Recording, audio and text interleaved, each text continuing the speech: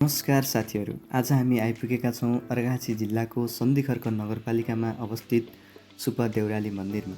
नेपालका चर्चित धार्मिक तीर्थस्थलमध्ये एक मानिने यो मन्दिरमा वर्षभरि हजारौँ भक्तजन दर्शनका लागि आउने गर्छन्। यहाँ माता सुपा देउरालीप्रति गहिरो आस्था राखिन्छ र सच्चा मनले गरेको भाकल पुरा हुने जनविश्वास छ। मन्दिर वरिपरिको हरियाली, शान्त वातावरण र पहाडी प्राकृतिक सौन्दर्यताले यहाँ यात्रालाई अझ अविस्मरणीय बनाउँछ। धार्मिक आस्था, संस्कृति र प्रकृतिको सुन्दर सङ्गम अनुभव गर्न चाहनुहुन्छ भने सुप देउराली मन्दिर अवश्य घुम्न आउनुहोस्।